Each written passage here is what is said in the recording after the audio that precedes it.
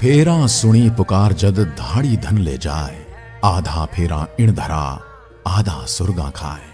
लक्ष्मण अवतारी लोक देवता पाबूजी राठौड़, वही पाबूजी राठौड़ जिन्होंने 3 फेरे धरती लोक पे लिए तो वहीं शेष 4 फेरे स्वर्ग में लिए थे। और आपके सामने वो सारी बातें बयान करूंगा कि क्यों पाबूजी महाराज ने अपने ही बहनों से युद्ध करने के लिए गए थे और कैसे गायों की रक्षा के लिए बीच फेरों में खड़े हो गए और गायों की रक्षा के लिए अपने प्राणों का न्योछावर कर दिया।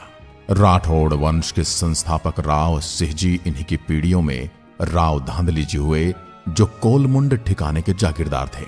इनका विवाह रानी कमला दे से हुआ, जिनसे राव धांधली जी को पुत्र बूढ़ो जी और पुत्री पेमल संतानों की प्राप्ति हुई। एक दिन राव धांधल जी गुजरात के नगर पाटन की ओर रवाना हो जाते हैं, लेकिन गुजरात के नगर पाटन पहुंचते ही राव धांधल जी के घोड़े को प्यास लग जाती है। तभी राव धांधल जी नदी में घोड़े को पानी पिलाने के लिए पास की नदी में ले जाते हैं और उसी समय नदी के पास स्वर्गलोक से अप्सराओं का रथ पृथ्वी लोक पर घूमने के लिए आता है और रथ नदी के पास उतर जाता है। अप्सराएं नदी में स्नान करने के लिए आती हैं और ये सारा दृश्य दूर से राव धांधल जी पेड़ के नीचे खड़े खड़े देख रहे थे। लेकिन एक परी की सुंदरता पर राव धांधल जी देखकर मग्न हो जाते हैं। हर परी जैसे ही नदी से स्नान करके बाहर आती है तो राव धांधल जी परी के पास जा पहुंचे और परी से निवेदन किया, अगर आप मेरी बातों का बुरा नहीं मानो तो मैं आपसे मेरे मन की बात कहना चाहता हूँ। तभी परी ने राजन को बोलने का मौका दिया। राजन ने परी से कहा कि आपके सौंदर्य ने मेरे मन को हर लिया है, अगर आप बुरा नहीं मानो तो मैं आपसे विवाह के लिए निवेदन करता हूँ।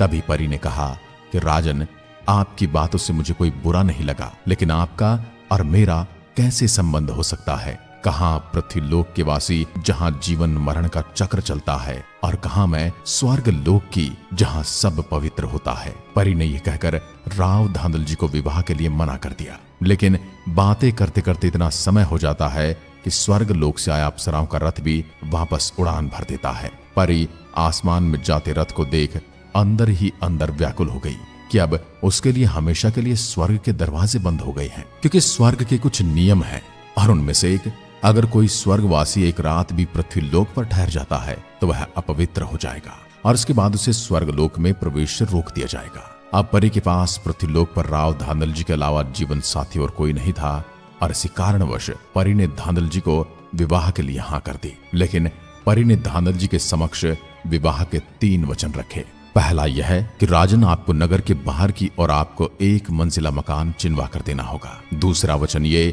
कि राजन, आप जब भी मुझसे मिलने के लिए आओगे तब इसकी सूचना किसी को कानो खबर नहीं होनी चाहिए, यानी कि आपके और हमारे बीच संबंधों का किसी को पता नहीं चलना चाहिए। और अंतिम वचन रखते हुए परी ने कहा, राजन, आप जब भी मुझसे मिलने के लिए आओ तब आपको दरवाजे पर मुझे सूचना देनी होगी। वचन देकर परी ने कहा कि राजन, यदि आप इन वचनों को निभाते हैं तब तक आपका और हमारा संबंध रहेगा, लेकिन जिस दिन एक वचन तोड़ दिया उसी दिन से मान लेना कि आपका और हमारा कोई संबंध नहीं। परी को दिए वचनों को राव धांधल जी ने स्वीकार कर लिया और वचनों के अनुसार राजा ने नगर के बाहर 1 मंजिला मकान बनवा दिया। रात होते ही राजा भेष बदलकर परी से मिलने के लिए चले जाते, जिसकी खबर किसी को कानों कान नहीं पड़ती। और परी के कक्ष के पास जाते ही राजा दरवाजे को खड़काते और परी की आज्ञा मिलने पर ही कक्ष में प्रवेश करते और परी को दिए वचनों को राज का राज ही रखा। समय बीतता गया और 12 महीने के बाद वो शुभ घड़ी आई जो विक्रम संवत 1405 में भादव महीने की पूर्णिमा के दिन पाबूजी महाराज ने धांधल जी के आंगन में लक्ष्मण अवतारी के रूप में जन्म लिया। लेकिन इधर धांधल जी भी परी के दिए वचनों पर टिके रहे। रात होते परी से मिलने के लिए जाते और किसी को कानों कान खबर नहीं होने देते। लेकिन एक रात जब धांधल जी परी से मिलने के लिए जाते हैं, उसी रात संजोग से रानी कमला दे की नजर परी से मिलने जा रहे राव धांधल जी पर पड़ जाती है। रानी कमला दे सोच में पड़ गई कि आखिर इतनी रात होते ही राजा महल से बाहर किससे मिलने के लिए जाते हैं, और उसी रात से रानी रात होते ही पलंग पर नींद का बहाना करके लेट जाती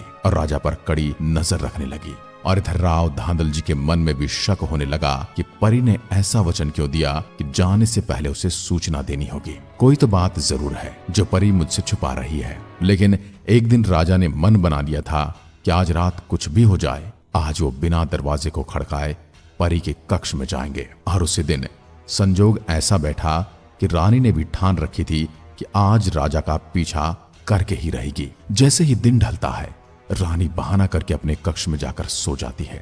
तभी राजा ने देखा रानी सो गई है और उसी समय राजा परी से मिलने के लिए चल देते हैं और रानी भी राजा का पीछा करते करते साथ साथ चलती रही। लेकिन जैसे ही राजा ने परी को बिना सूचना दिए बगैर कक्ष में गए और कक्ष के अंदर देखा तो राव धांधल जी आश्चर्यचकित हो गए, क्योंकि परी सिंहनी के रूप में पाबूजी महाराज को स्तनपान करा रही थी और परी ने बिना इजाजत के राव धांधल जी को कक्ष में देखा तो परी के दिल को आघात पहुंचा, जिसके चलते परी ने पाबूजी महाराज को राव धांधल जी के हाथ में देकर कहा, राजन, आपने मेरे वचन का पालन नहीं किया। आज के बाद आपका और मेरा कोई संबंध नहीं। इतना कहते ही परी आसमान की ओर उड़ने लगी। लेकिन उसी वक्त पाबूजी महाराज ने अपनी माँ का हाथ पकड़ लिया और कहा कि माँ, आपने तो मुझे संसार में जन्म दिया है और आज इस छोटी सी उम्र में मुझे छोड़कर कहाँ जा रहे हो। इतना सुनते ही परी भी अंदर ही अंदर दुखी हो गई। लेकिन परी क्या ही कर सकती थी, क्योंकि परी स्वर्ग लोक से आई थी,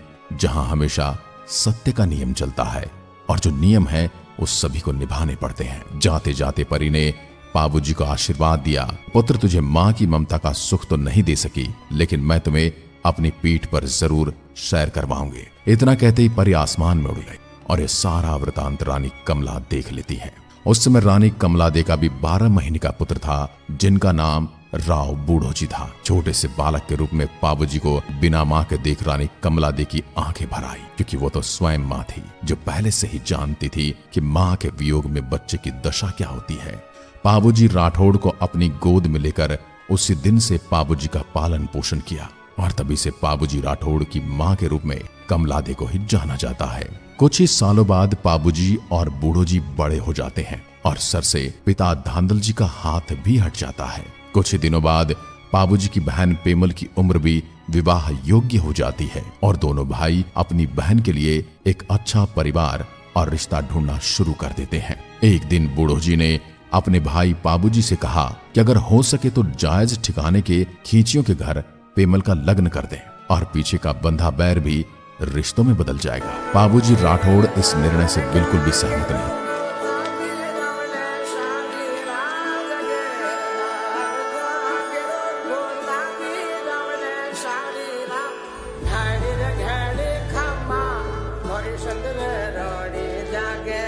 जागे